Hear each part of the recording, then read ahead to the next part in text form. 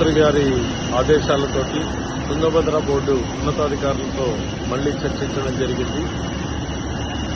Damage అయినటువంటి ప్రాంతంలో తాత్కాలిక గేట్లను ఏర్పాటు చేయడానికి డిజైన్లను రిటైర్డ్ అధికారులను సంప్రదించి ఆ డిజైన్లను పొందడం జరిగింది.